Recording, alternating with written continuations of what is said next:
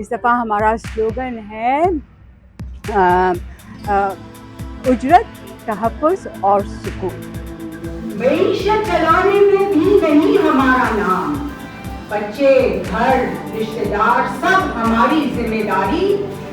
घरेलू हक की बात करूं तो तशद्दुद को अंजाम नहीं चलेगा अब फिदरशाही का निजाम।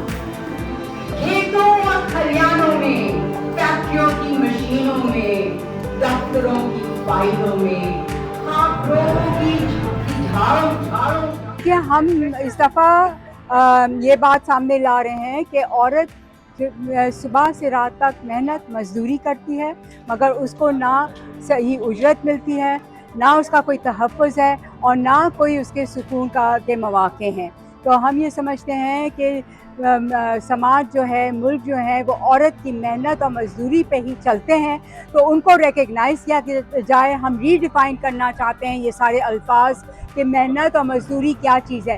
जो औरत का काम है वो इस कैटेगरी में लाया ही नहीं जाता है, माना ही नहीं जाता है। तो ये चीज़ें हम रीडिफ़ाइन करना चाहते हैं, इन पे हम सवाल उठाना चाहते हैं और हम समझते हैं कि औरत का भी उतना ही हक है पूरी उजरत पे और इक्वल उजरत पे, और औरत का इतना हक है कि उसको तहफ़्फ़ुज़ मिले, क्योंकि आपको पता है हमारे यहाँ सड़कों में, ऑफिसेज़ में, हर जगह कोई तहफ़्फ़ुज़ नहीं है औरत का।